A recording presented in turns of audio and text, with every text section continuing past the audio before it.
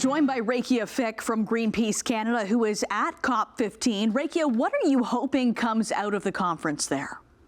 This conference, COP15 in Montreal, comes at a critical moment where we are facing mass extinction of species. Over 1 million species worldwide are at risk of disappearing forever. And now we've just learned that this is playing out at a serious scale here in Canada as well, with over 2,200 species also at risk of extinction.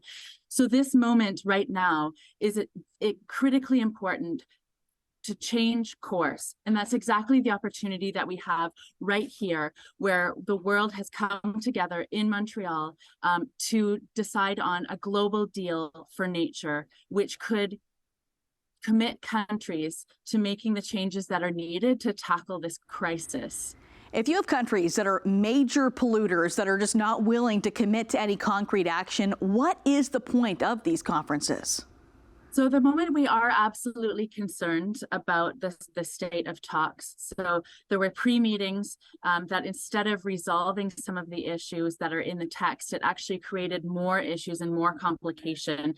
A lot of the negotiations have been involved in the minutiae of wording and not really tackling the key issues.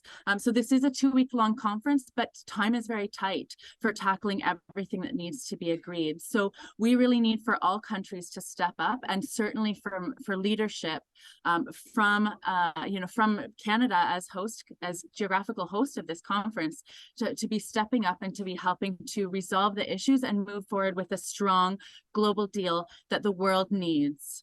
And what we've just shown our viewers in our past story is pretty overwhelming. We know that the crisis with the climate and biodiversity are connected. We've been told repeatedly how to help slow down climate change. But when it comes to biodiversity, how can we as individuals help? What is there to do to make sure we don't reach the point of no return?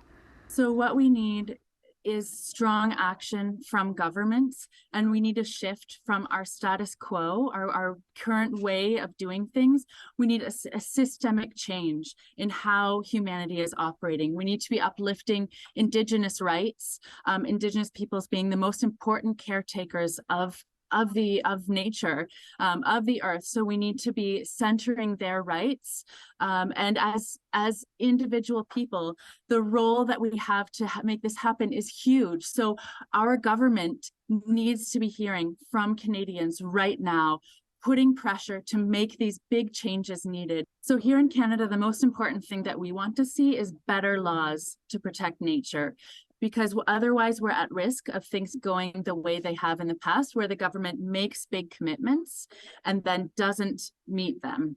And this is what we've seen where the Canadian government has failed to meet all of their previous biodiversity targets. We are in an extinction crisis that is impacting 1 million species and humans as well. This is critical to our survival. So this is the moment for everyone to get active and take action and see real change coming from the federal government.